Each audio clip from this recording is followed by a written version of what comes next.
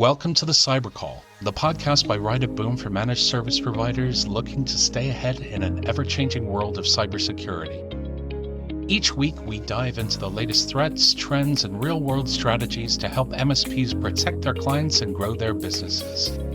Let's build a safer, stronger community together. All right. Welcome and Happy New Year. Just doing a quick chat here in the actual text area. So let us know if you can hear and see us okay. I'm sure you can. We're coming through. But happy 2026, everybody. We are on our way to finishing, hard to believe, but this will be year 6 completing the Cyber Call in May, which is crazy. And just less than a month now away from Ride of Boom, Chris. We are just literally on the precipice of Ride of Boom. Registrations are right now tracking to all-time highs. We've got Microsoft coming in force, executives, directors. We've got Chip and team doing an awesome certification on Tuesday evening. Bunch of really fun stuff going on. Check it out. I'm sure if you need the the agenda link, we'll let you know. But with that, again, Happy New Year, everybody, and appreciate you joining us today. I wanted to kick off this year with kind of the most prolific attack path that we saw in 2025, which was identity-based attacks. That's why I wanted to bring on Chip Buck, and we'll get to intros soon enough and into the actual session. But before that, as we let people join us and go tell people to come on in, we're back. We always like to do a little bit of banter. And Chip, as you were saying, it was really quiet between Christmas Eve and New Year's this year, wasn't it? Yeah, quiet on the cybersecurity news front, because the rest of the world news, I think, had sucked all the energy out of the news cycle. Yeah. I had asked you offline, and I'd love people's take. Feel free to give comments in chat about this. But Chip, I initially kind of said to you, like, hey, midterm elections are coming. Price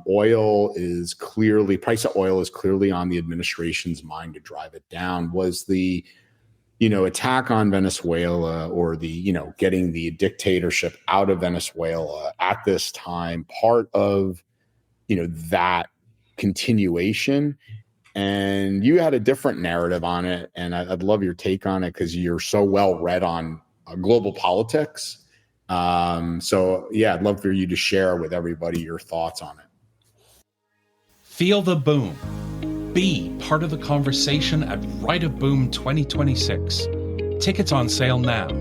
Use code CyberCallPod to save $100. Yeah, I mean, my take, Andrew, is that the oil and the repatriation of what we consider in the United States to be formerly stolen oil assets in Venezuela, because through the 50s and 60s and 70s, the U.S. developed all those assets. And there's a lot of companies. I don't know if you saw Chevron stock today, but they were one of the big beneficiaries of this.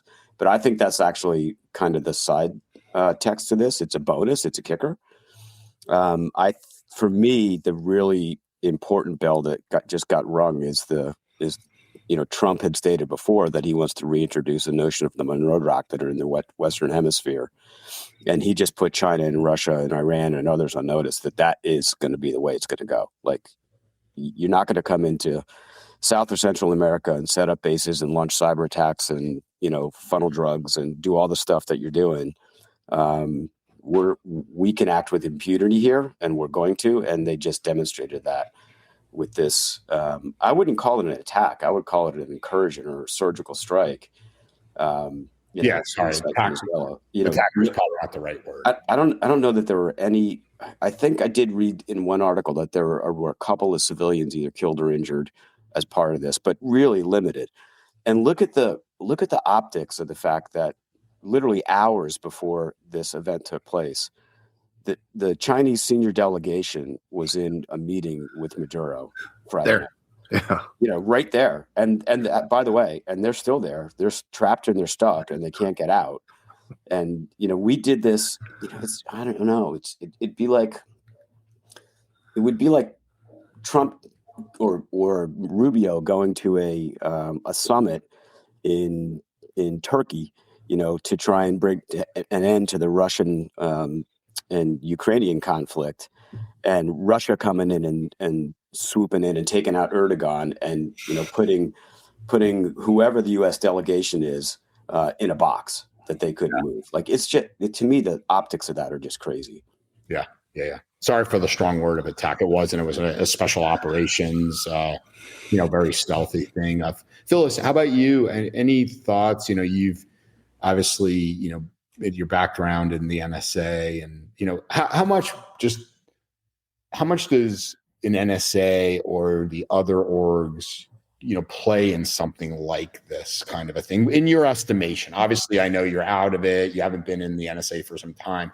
Do those organizations play a role in a strike like this? Yeah, definitely. I mean, you need your intel to know who's where and when's the best time to strike, right? So I was just talking about this with my neighbor yesterday, and the Wall Street Journal had some coverage that said the CIA was in Venezuela in like August doing recon and things like this. So,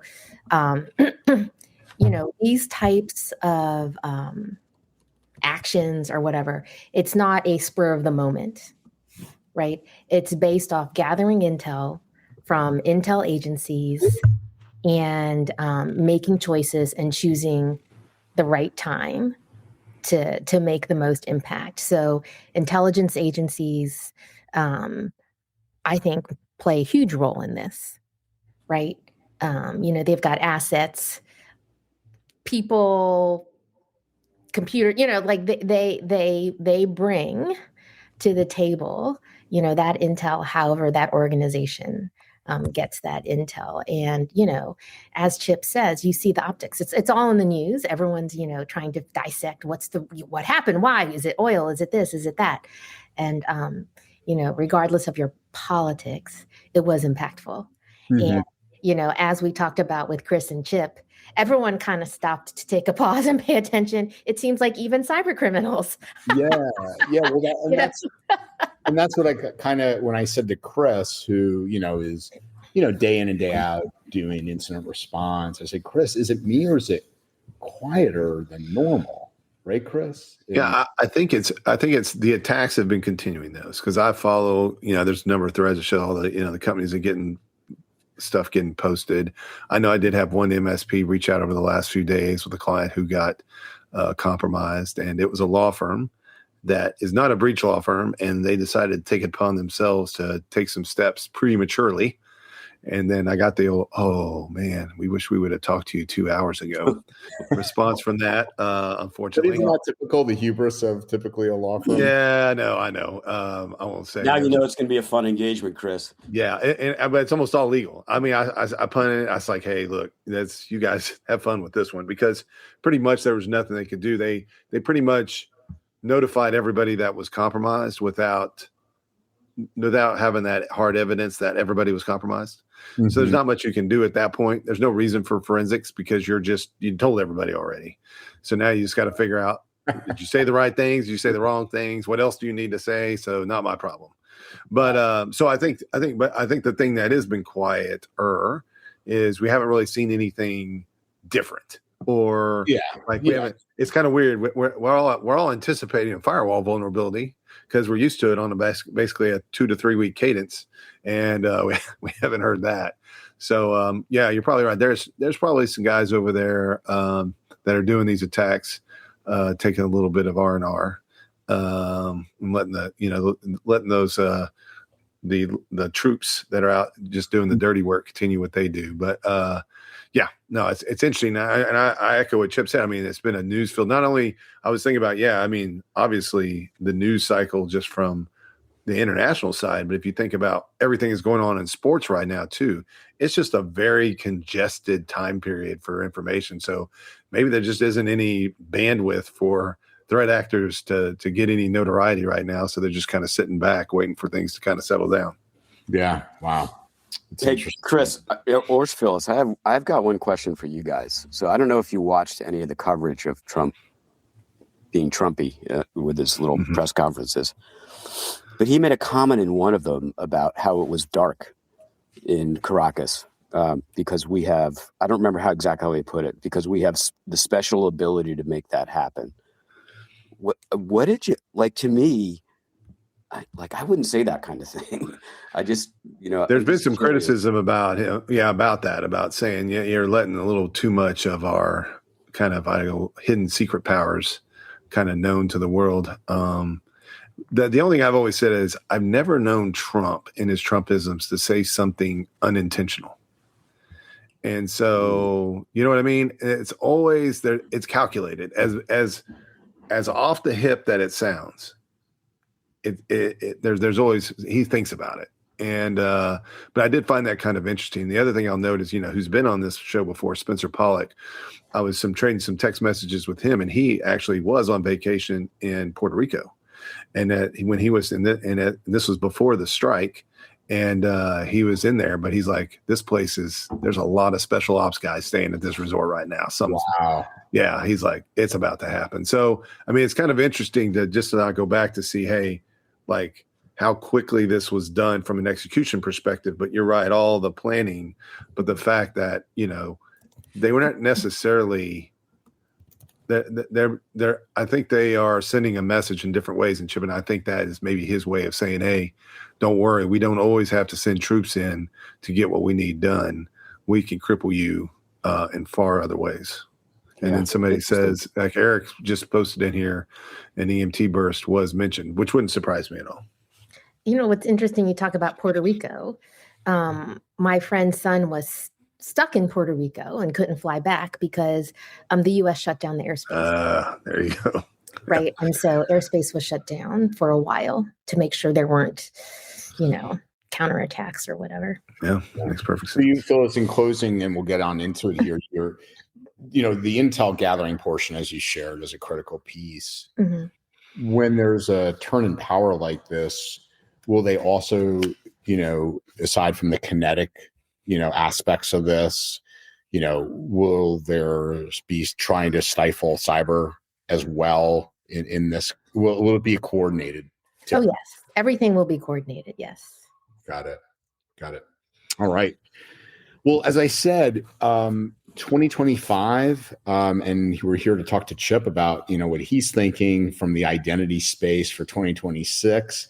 It was a busy year in the world of identity. It was arguably, if you look at the threat reports, whether it's Microsoft's, CrowdStrike's, et cetera, it was the year of the identity-based attacks with, you name it, Chip, token hijacking, OAuth, credential theft, on and on and on, being how threat actors du jour were attacking, and obviously SaaS apps being the place to be. You, I think, did somewhere in the neighborhood of 42 billion. Did I get that right? Events in 2025, which is I remember when I first started working with you. Chip back here. Hold on. You guys, but for some reason you might be on Starlink. I am on Starlink, but Starlink is usually very reliable. Maybe there's something's going to come back our way now. I need to let's hope not. Quick, jump on Polymarket and make a bet whether or not China comes back at us on the infrastructure side. God forbid. But yeah, Chip, we were starting, 4 or 5 years ago when I started working with you guys and learning about running communities and things like that. Man, it was staggering the growth in how much you guys are seeing. And so that's why I wanted to bring you on. I think most of people out there know you, Chip, but for those that may not, and they don't know that you spent many years in the MSP space and prior to getting into the, actually, building technology for MSPs, if you could tell people a little about your background, then I'll turn it over to Phyllis. Yeah. Thanks, Andrew. So my background is started out in the 90s in the MSP space, and that gradually evolved into building tools that we wanted to use for our MSP that, that were really initially aimed at pure economics. Just, we didn't want to drive guys out anymore to, update systems. So we started doing virtual desktops, basically, in the early 2000s. And we rolled our own code to do that. And we turned that into a product and then sold that. And SaaS Alerts was next. We exited that in 2018, and SaaS Alerts was the next product, and really all focused basically on the same thing. What we're all doing in cybersecurity at the end is protecting. It's mundane. We're protecting Word documents and Excel files and PDFs and HR documents. Like, that's what it's all about, is keeping that, as tight a fence around all that as we possibly can. We got out of the virtual desktop space, which I still think is a great way to do it, because you can just lock things down so very effectively when nobody's using their own stuff, and it saves you money as an MSP. But with everything converting to SaaS, we felt it was a good time for us to exit that business and focus on the SaaS side of the universe. So that's how we got here. Yeah, it's absolutely right. Like, Nerdio is still doing a phenomenal job, right? Yeah. On the virtual side and growing like leaps and bounds. And what I loved, Chip, was that we're in, your thesis back in 2017 when you guys started thinking about this, was it was going to be about identity. Everybody was at that time was really focused on EDR, right, Chris? It was about endpoint at that time. And, you had this, kind of notion that it's not going to, yes, identity is important, but it's also going to be probably equally or more important over time about identity. And that thesis played out in a major way. So good for you for kind of being on the precipice of that. Yeah. I appreciate the comment and the call out. It's user behavior analysis, and that starts with identity. That's what it really, that was our thesis. And we honestly got pushed into SaaS Alerts because my co-founder and I were working on 2 different projects as consultants for other people. And we couldn't satisfy auditors, SOC 2 auditors, who were asking us, well, how are you, demonstrating effectiveness in cybersecurity when you're only using SaaS apps and you are in BYOD environments, small teams, all BYOD, everybody work from home. And we didn't have an answer for that, other than to say, well, Google logs everything, Microsoft logs everything, the logs are there. To which they responded, I can see Chris and Phyllis both laughing, and I admit we were a little naive at the time. Well, they said, okay, that's great. So who in the organization is looking at those logs every day? Right. And you can't do it. I mean, there's so much data that putting it on an individual person or even a team of people, especially when you're a startup, we just had to build a product to do it at the small business side. And that's how it all came together. Very cool. All right, Phyllis, let you take it away. Great, thanks. And Happy New Year, everybody. Nice to see everyone on the call. So Chip, if identity is now the primary attack surface, as we saw in 2025, what's the one assumption that most organizations are still getting dangerously wrong? And what is it that organizations should be doing and being focused on in 2026? Well, I hate to admit that we're still here, Phyllis, but I'll focus the answer in 2 ways. One, at the organization level itself, and the other at the MSP. Organizations are still resisting MFA. We still seeing in the data. We haven't yet hit even 50% adoption, which is just incredible to me. If I were an MSP, and I'm going to bet that a lot of people on, observing us on this call fall into this category, but MSP should universally be telling their customers, look, you guys either implement it or you're not a customer anymore. You can find somebody else to service your needs, because it's just, you can't protect people when they're still vulnerable to password spray attacks and brute force attacks.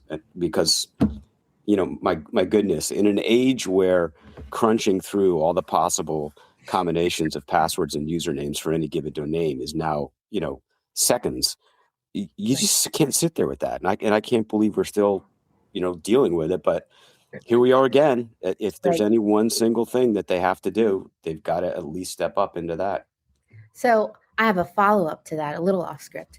Can we just say, MFA period. Like even if it's, using my phone for MFA. Because I wonder if the barrier to entry is, you know, well, it's too hard to implement because we can't use SMS or we can't use these things. Like, I'd like your thoughts too, Chris, on like, is any MFA better than no MFA? Are we recommending something more stringent? I mean, for me, it's FIDO. It's absolutely YubiKeys, or almost everybody's got a laptop or a device now with whether it's Face ID or it's fingerprint ID on your device, at least get some kind of KeyPass structure set up where you need that physical component. We implemented FIDO keys inside Sassler's years ago. Right. We require a PIN and, the touch. So you've got, 2 factors on that alone, plus the account name. And you know what? Everyone that goes through this process discovers that it's faster and easier and more convenient once set up than using a push notification or SMS. Like it's so quick, it's so painless. Yeah, there's a little more expensive involved, but if the question is MFA alone as good as it gets? It's better than not, but I would certainly be, if I'm an MSP again, I'd be laying down the law and say you need to do this, or sign your waiver that you're turning us down. But I know we'll get to it later, or I suspect we will. But even a FIDO doesn't get in the way of token theft, attacker in the middle, people falling for phishing scams. So it's still user education, but do everything you can to harden. Yeah, I was thinking about this earlier today before the call, Phyllis, and there's a couple of things. Number one is the one thing that staying on top of this stuff from an MSP perspective with MFA is a good example, is you really have to have somebody that is like continually stay educated on MFA, adapting MFA. I mean, yeah, MFA has been around. I mean, again, I mentioned this, I was using it for VPN in the late 90s. Mm-hmm. Yep. But only in the recent few years has it really just from a commercial basis improved a lot, right? And a lot of that's reactionary compared to because of all the attacks that have happened against the more legacy forms of MFA. But my point as an MSP is really staying on top of this topic, what we're talking about today, identity, but really just like MFA, that is something you have to have some subject matter experts on in order to understand it, understand the new features that are being provided by whomever you're using, whether it's Microsoft or whomever, and being able to implement that. And then the other side of things, which I've always had a little bit of bad taste in my mouth over, is coming from the banking world, is I really do think this behavior could have been influenced much earlier on as parts of people's daily lives, and not make it such a, hey, we've had to do this at the work first. I mean, if we had done a better job in the banking world and it all came down to dollars and cents, no one wanted to pay for the added expense of additional MFA, especially for retail online banking consumers. But if we would have done that, I think people would have been much more comfortable doing it at work, and then thus the workplace would have adopted it more quickly and effectively. But it is, to say it's ridiculous that and the other thing I was thinking, the third piece, and I'll leave it this and let you continue, is we're talking about SMBs here. We're not talking about all the complexities of an enterprise of tens of thousands of employees in different business units across the globe. I mean, we're talking, for the most part, what we deal with and our audience deals with is smaller companies. There are some complexities, but nothing compared to doing it like you have to do in an enterprise space. So, I mean, it's just keep punting this ball is just painful to continue to see it done. Yeah. I mean, I think that's a good point. Like, speaking of banking, who here ever would do online banking with just username and password? I know. Like, it's crazy. Yeah, that's ridiculous. But it's nutty to me that SMS is still the primary way in the banking world that you get your MFA token. I have, 3 different banks I work with regularly. Only one of them has push notifications through their app. Like, really? I mean, at least make that step. Why am I still getting? I'll call one out. Like Wells Fargo is still sending an SMS. What? Yeah, don't get me started with Wells Fargo. That's funny. Okay, I'll move on. So thanks for that. Thanks for that, Chris and Chip. So session theft and adversary in the middle attacks have also exploded. So for organizations who think that a phishing attack is the same thing as just having stolen passwords, how outdated is that mindset right now? I think it's pretty outdated. I mean, certainly a phishing attack can steal a password. I'm hoping that by now most knowledge workers know that, their natural reaction to someone asking for them to email a password or give them a password online or over the phone is something that they shouldn't do. I hope they figured that out. But, you hit the nail on the head. The kill chain starts mostly, with a phishing attack and moves on to OAuth and grabbing a session token, and passwords get stolen at the same time. I mean, I don't know if you've ever played with any of the simulators, we'll call them, the tools that are used by hackers. But when you get that data payload, you get the session token, but you also get the password. It comes flowing right in. So now you've got a double whammy. And if that doesn't get observed quickly, then the hacker user continues to use that password with the second session token, and they've got two pieces of data that they can sell in the marketplace that they sell on, and away they go. Yeah, I think that was a pretty good explanation of how that works. So, when attackers get into your M365 or another SaaS platform, what do they do first? Do they try to access your data, privilege escalation, or persistence, or some more recon? What are your thoughts on that?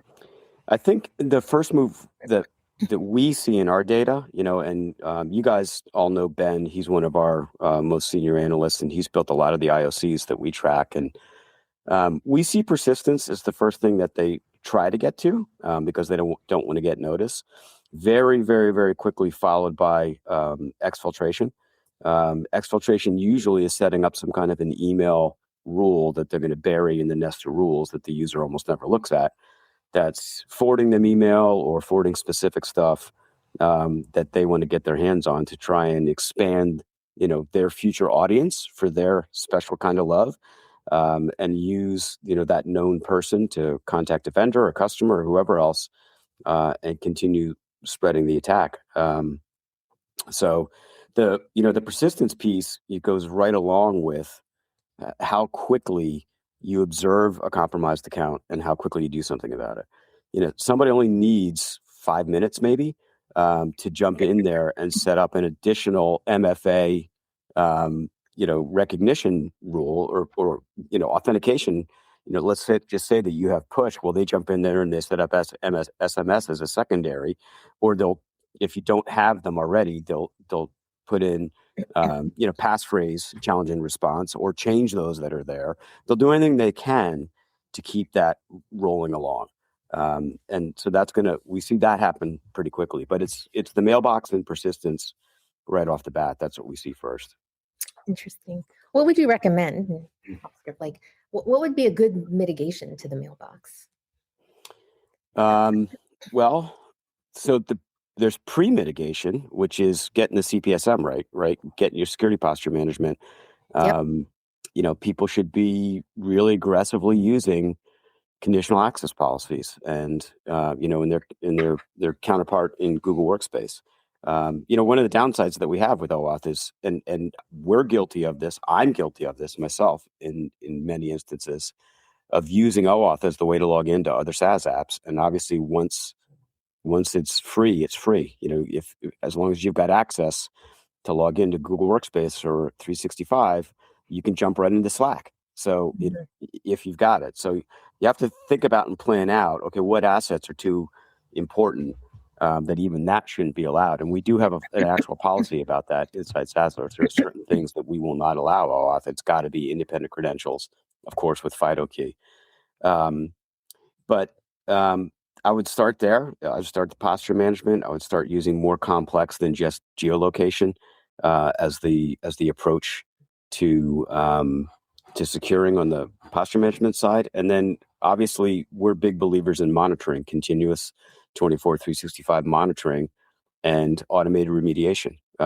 We saw We saw roughly 1 million instances in 2025. Andrew just pushed me for this data this morning, by the way, so it's like literally at my fingertips.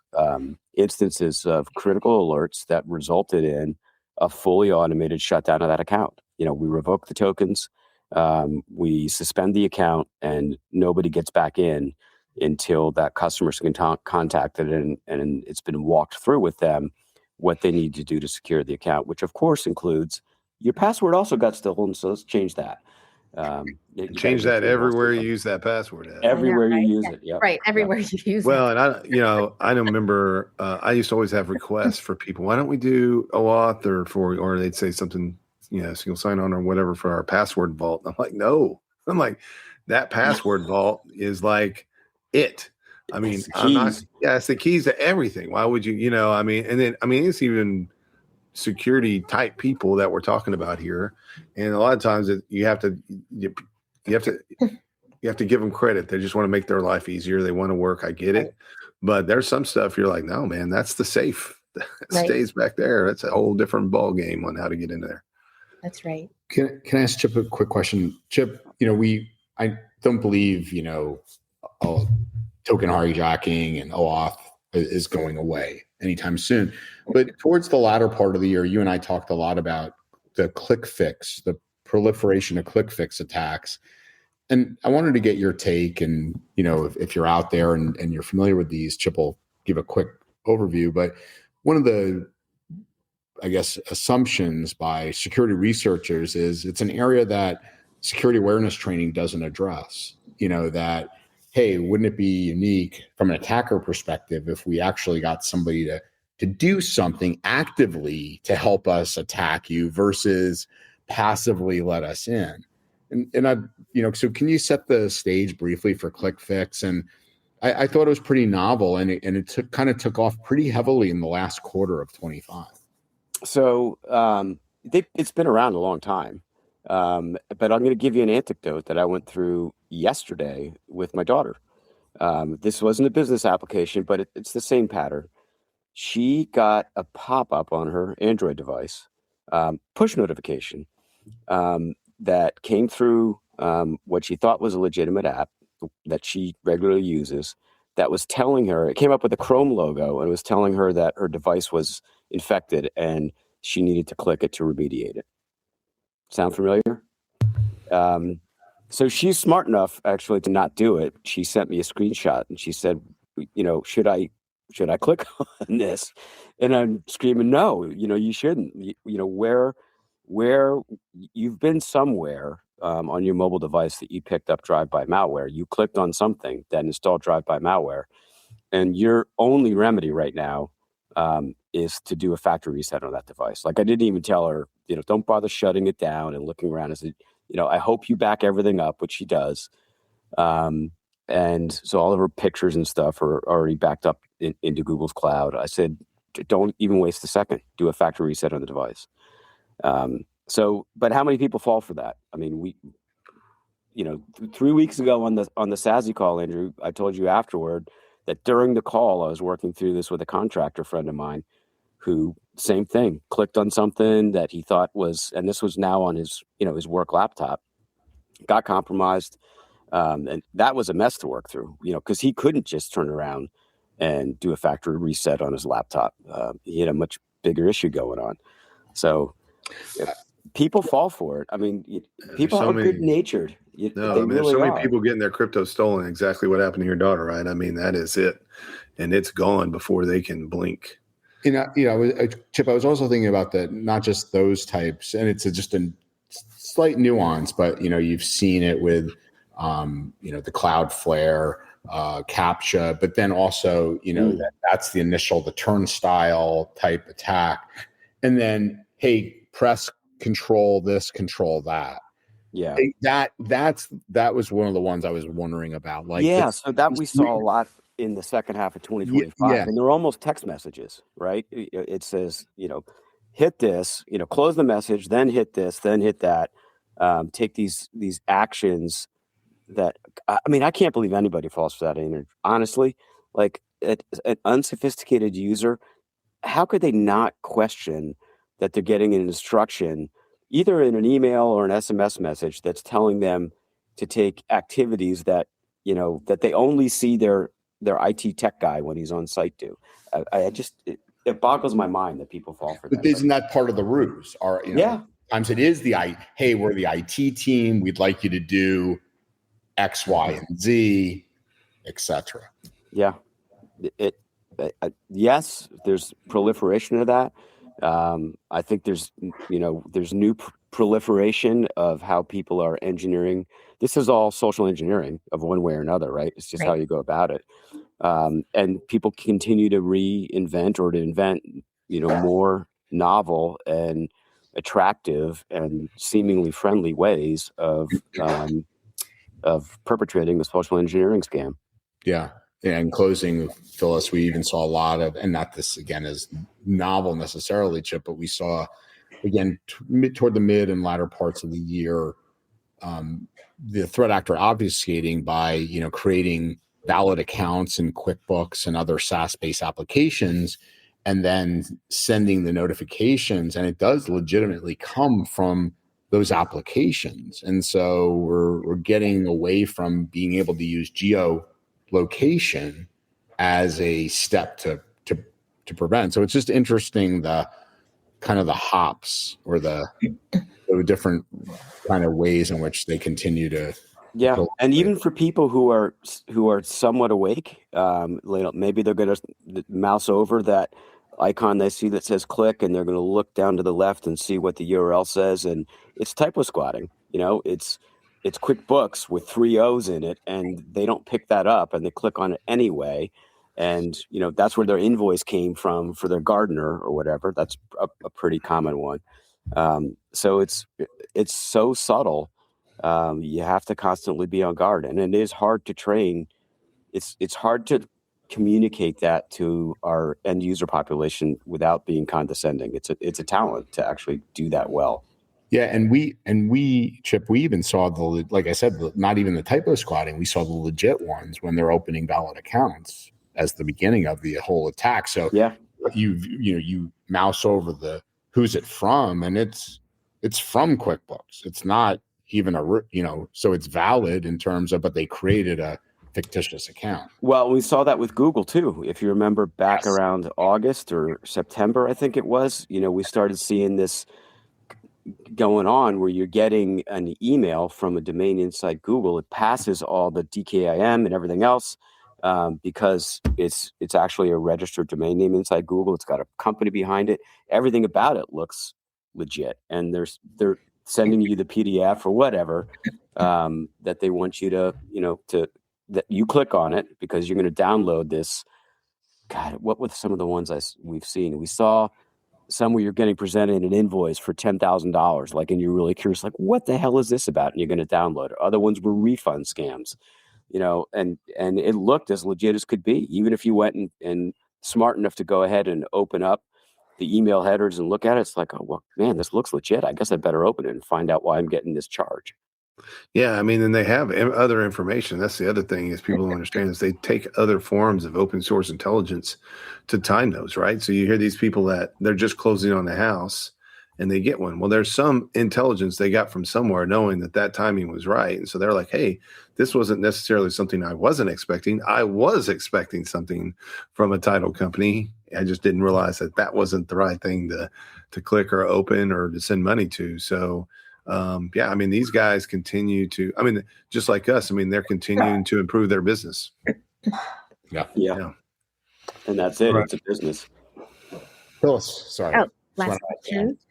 Last question before I hand it off to Chris. So from your viewpoint over at SaaS Alerts, what identity attack pattern is growing the fastest? So not necessarily the loudest, but, the one just kind of going low and slow, quietly doing the most damage. In terms of growth, it's still the attacker in the middle. It's still the token theft. That continues to increase in volume. That doesn't mean that password spray and brute force attacks aren't working. They are as well. I've been reading lately, this is something that we can't see inside SaaS Alerts, but phishing attacks are becoming more persistent, prevalent. I think driven by the fact that even if you're an attacker from, who knows, pick your country, Kenya or Russia or wherever, you can now create, AI voiceovers that are pushing phishing attacks, and they're increasing, and they would show up the same way in our data, because you frame this from our vantage point, from the SaaSearch vantage point. The end result of that would show up the same way, because we can't detect the conversation, but the end result is that someone logs in being prompted by Right. a very cleverly crafted phishing attack, social engineering attack. And that voice notion is not something that people are trained to look out for yet. They don't even really know how to track that scam.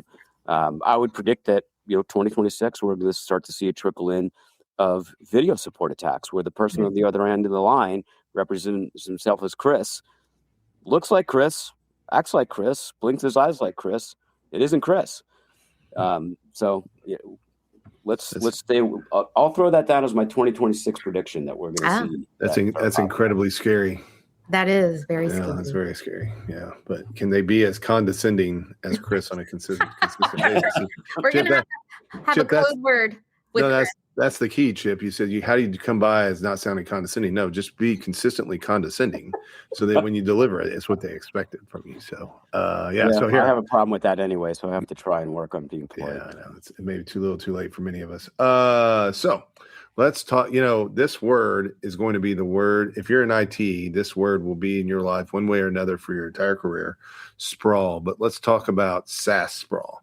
When attackers compromise identity, what SaaS apps do you see become their favorite playgrounds, and why do you think those are the apps they tend to want to play in? It's obviously 365 and Google Workspace. That's the starting place. We talked about the downside of OAuth for everything, and that downside is that often leads to a Salesforce or a HubSpot. Those are things that we see in our data. Again, I'm gonna sort of limit myself to that. I suspect this goes on with QuickBooks as well, but I don't have the data to support that, because we can't monitor that because of relationship issues with Intuit. They're not ready to open up their API to us or anyone else. Even more than the financial stuff, unless you're somebody that's really, really targeted and going after blackmail or some kind of sophisticated attack on a company for very specific reasons, I think that it's the CRMs and the Slacks of the teams that are the most interesting for people to sort of side crawl to once they've got a set of credentials or a token that they can use for OAuth. Obviously, the CRM side, you're going after customer data. And what better way, to send somebody an email about their invoice and asking them to click on it than it's coming from a vendor to a customer, and the customer is expecting it. And it feels all right and natural to them that they should have to log in to look at this Word doc. So every single SaaS app is susceptible to this. This is a commentary that I go back to a lot. Ben and I, when we've done webinars in other with other formats, other venues, that people have to understand that when you look at these phishing kits that are focused on token harvest and access token harvest, it's not just 365 and Google Workspace. It's banking apps. It's every single SaaS app under the sun. They're all susceptible to it. Chip, wasn't Salesloft Drift a huge, wasn't that all around OAuth? You mean Salesforce? Yeah, I'm sorry. Yeah, but it was called Sales. Was it Salesloft or Salesforce? No. Yeah. 100%. Yeah. The thing I was thinking about is, and I saw some articles come out of this recently about the intimidation tactics that these ransomware operators take to try to get paid, and for them to move into a HubSpot, they may not want to take in the data that they're other than the contact information, because they're going to start, calling or paying somebody to call your clients, and what better information about your clients is out of HubSpot. So it may not be one of these things where they're going in and grabbing a bunch of data and doing a bunch of stuff, but they're using it to do whatever they need to do to intimidate you or yourself into paying or extorting money out of you. So all that stuff is incredibly important to them and valuable to them in different ways. And we saw like Teams was a big one, right? I mean, that's where we saw them moving into Teams and leveraging Teams internally, I even heard reports of even incident response calls where a Teams person joined in from that company, but it was the threat actor because they had gone and swung over into Teams and were able to join the call. So then you started to see people be really a little bit more focused on who was joining the call and how that was happening and all those types of things. So, yeah. And I also think that there's just going to be more of this happen. I think a lot of the threat actors out there are getting what they need out of 365 and maybe some of these other more popular SaaS apps. But I think as things start to tighten up, they're going to go get into other SaaS platforms as well to do exactly what they need to do, which is figure out ways to get paid by you. Yeah, so, I think it's interesting, Chris, that Andrew, you and I talked about this maybe midsummer, that we started to see a shift in regular old ransomware attacks. And when I say regular old, I mean, data that's resident on site. It's not in the cloud. They're not even bothering to encrypt it anymore. That's right. All they have to do is call up and say, we have everything. Like, we've got it all. You either pay us or we're going to expose you to the world. And it turns out that that's just as effective is actually encrypting the data. Just proving that you have it and letting people know that you're going to publicly embarrass them, shame them, and they're going to lose customers and revenue over it is equally effective a tactic as locking it all up. I mean, Chris, it's a lot. I mean, you've been through these negotiations over years, Chris. I mean, in essence, it's from a business, if I'm being the threat actor, from a business perspective, it's way more efficient for me, isn't it? I think it is. I think it's one less thing you have to develop. You have to worry about, developing the encryptor and supporting it and stuff going wrong and all that kind of stuff. I think it kind of depends on the situation too. I know when I was talking to somebody, they've been compromised in the type of data that they had. They really thought about paying. I mean, they were really intent on paying. And I'm like, well, what data is it? And they're like, well, it's medical information. I'm like, well, what medical information is it? And they're like, well, it's like stuff people in car accidents, chiropractic stuff. I was like, nobody cares about that, right? And I was being serious about that. I was like, no one cares about that. I said, I've been in other situations where, there's photos. They're medical photos, let's say cosmetic surgery or whatever. And these are people, these are nude photos and other things that people don't want to see. That's a different issue. Or when you're dealing with stuff with children. But it's a much simpler business model in my opinion.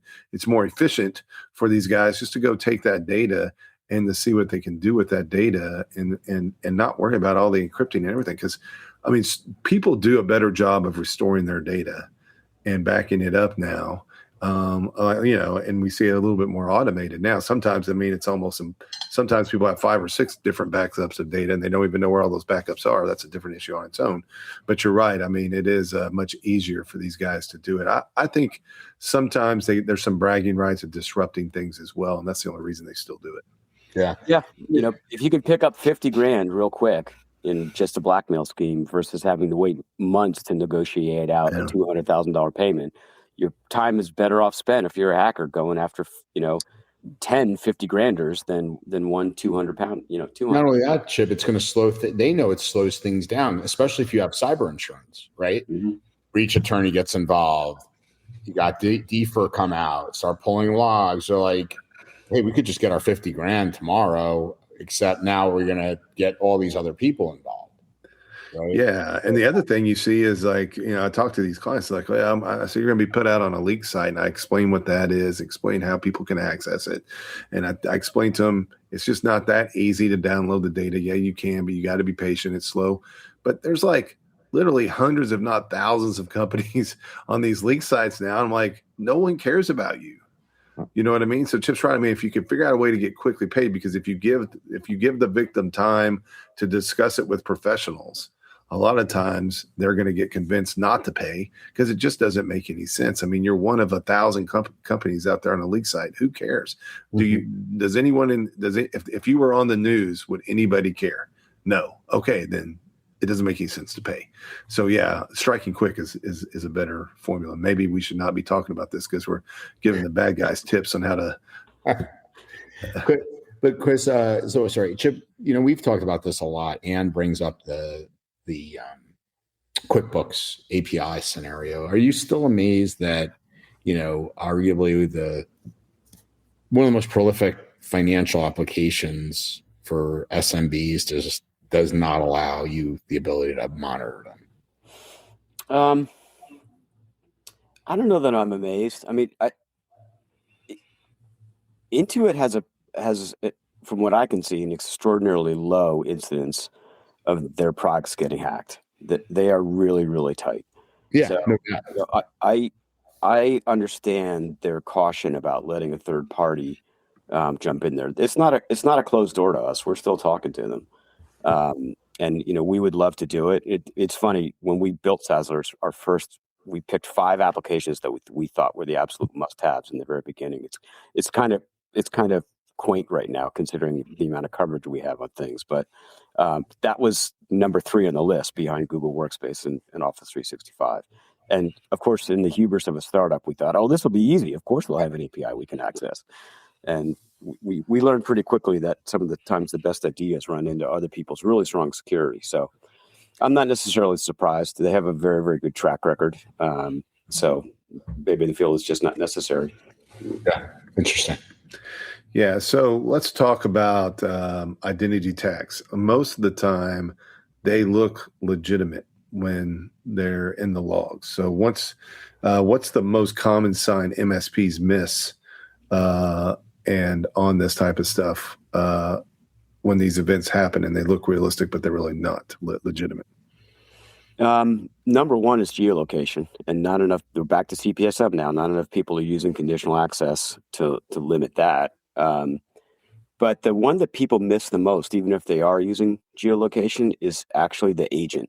What is it that's actually logging me in? And the agent defines the browser. Like, is it a browser-based Teams? What is the browser? Or is it the desktop app Teams? All that data is visible in the agent. So you see either geolocation or agent or both switch quickly, you can almost be guaranteed. I mean, that's a common IOC that we use inside Sazzlers. You see those two jump within a matter of seconds or minutes, you can almost be guaranteed that you've just had a successful access token stolen. Yep. No, I agree with that. Token theft. It feels like the ultimate cheat code. Once an attacker has a valid session, what does defense really look like, and where do most organizations fail when it comes to securing themselves against token theft? Yeah, so, well, you phrased it as once the attacker has a valid token, and now you're down to account behavior analysis. You got to look at what actions are being taken, and kind of back to Phyllis's original question, they're taking actions to establish persistence in that account, and then they're going to take actions to allow them, even offline, and this is the mailbox rule, to evaluate what's this person's role in the business, who are they talking to, how can I use what I'm learning to make myself appear as if I'm them when I want to go attack another target. Help me find the best targets. Look at these emails and see, interesting. We had another anecdote even more recently where we had an account compromised, and I got pulled into this one from our support team. The account was compromised, and they were in there long enough.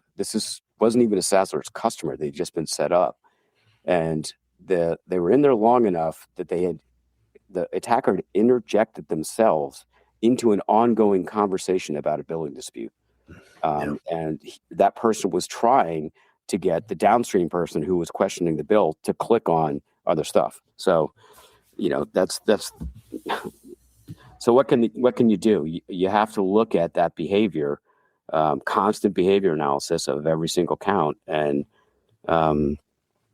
see what they're doing.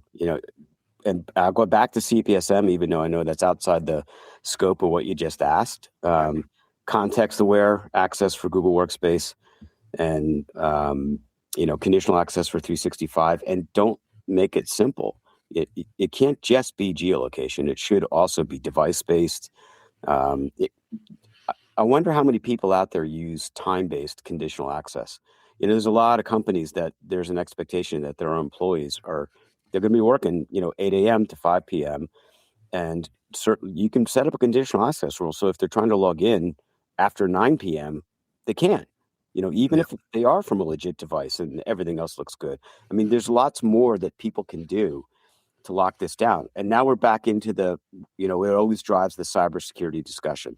It's the trade-off between convenience for the end user, accessibility, and security for the people who are trying to provide security.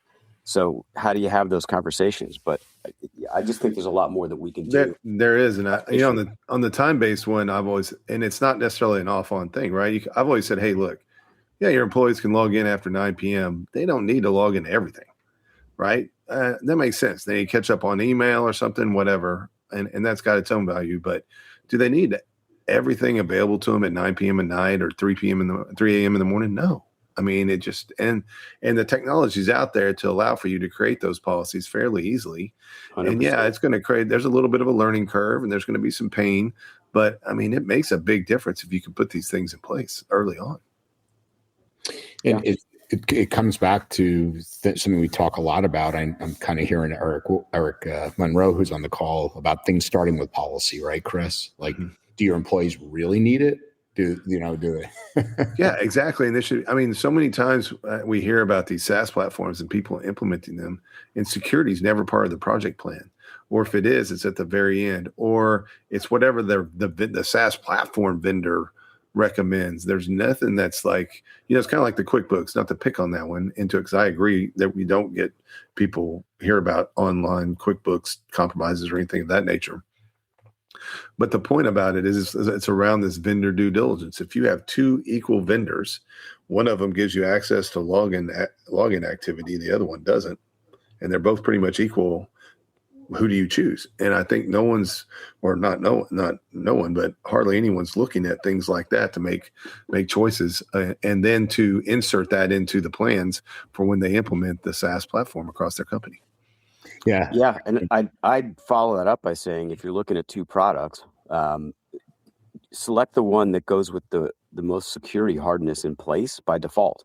You've got to actively choose to back it out, which is not the practice. I mean, if you think about Microsoft or even Google, you think about most SaaS, they make the trade-off on accessibility versus security way more toward accessibility. And, as a vendor, my bias would be the other way. Okay, we're going to lock this down. If you want to unlock it, great, that's on you. You can have the check mark, and we're going to have a little pop-up that comes up and says, you're choosing to do this, there's consequences. But I think the whole industry needs to rethink that from the perspective of, even if it's a pain in the ass, we have to make this product as secure as possible out of the box, and let the user choose to roll that back. Kind of goes to secure by design, right, Phyllis? Where you guys have been hammering really hard. We've been really trying that. And, this is back when I was at the NSA, we tried this. I don't know if you all know, there was the Air Force secure configuration, and it was the federal desktop. And it was really difficult. Like you said, it is usability versus security, right? And the vendors always leave everything wide open. We'd love for MSPs to start the demand signal. We want it to be secure by default, secure by design, all of that. That would be amazing. Well, and I'd say I don't want the users to experience, I hate to say this, but what I want them to experience it the way it should be right up front. I don't want them to go, oh my God, this feels like now you're making this change. I've been used to using this system this way. Get it done up front, so then the users don't have really anything to compare it to before that. Exactly. Yeah. I'm going to, Phyllis, let's go to your next questions. I think we're running low on time, and I think you have a couple of good ones. I think we only have 2 minutes, so I don't know, Andrew, if you want to get closing thoughts from from Chip or whatever. Yeah, I think the closing thoughts I'd love to get with Chip is, again, it's, nothing, thank God, catastrophic over the holiday season, kind of status quo. You're seeing similar type events. Any thoughts on what you're going to kind of prediction? I'm not big on, the 2026 predictions, but what are your thoughts on, as we go forward here, Chip, into the new year, or any vigilance you want to kind of point out? I suppose I'll tie it into my my ad hoc prediction I made 15 minutes ago, that I think you're going to see AI deepfakes and video become a thing. I think you're going to see a lot more activity in the browser security space, specifically looking for deepfakes. We've been looking at those technologies very, very closely. I think you're going to see anti-scam products come out that are going to pick up the kind of SMS messages that you and I trade back literally every week, Andrew. How about this one? Chris and Phyllis, it's funny. Andrew and I have been talking that one of these days we need to get all of us together and just start our own podcast where we jump in every single time, like the YouTubers do when they go back after the hackers, but they're doing it in a long form way. We need to do like a half-hour podcast where we pick somebody each week that gets a text message or an email, but the ones that Andrew and I have the most fest with are the text messages. But I think there's going to be technologies coming along, Andrew, pretty quickly that allow you to take a screenshot or forward that text message on to another service, and it's going to tell you proactively whether or not that's a known scam. I mean, I do that myself right now just by using my favorite AI tools to do research on that. I have a pretty good filter personally for what's what. But when I see something that's really interesting, I'll go and dig in and ask the questions on that keyboard, and I'll describe what's going on and give the reasons for my suspicion. Just interested in what kind of feedback is going to come back. I think that's all going to be automated. I think it's already well underway to being automated, and we're going to see it really hit the marketplace in 2026. Got it. Well, Chip, awesome having you. Way to kick things off in 2026, and can't wait to see you in a few weeks. Chris, thanks for filling in. Phyllis, always great to have you. Great to have you back. Everybody, thank you for tuning in, and we'll look forward to seeing you next week. We'll have John Strand on the Black Hills team joining us, same time and place. Make it a safe and productive week. We'll see you soon. Take care. Happy New Year, everybody. Thanks. All voices, one place. There's a session for everyone on your team at Write It Boom 2026, MGM Las Vegas, February 3rd to 6th. Join us to connect, learn, and bring back insights that matter. Use code CyberCallPod to save $100.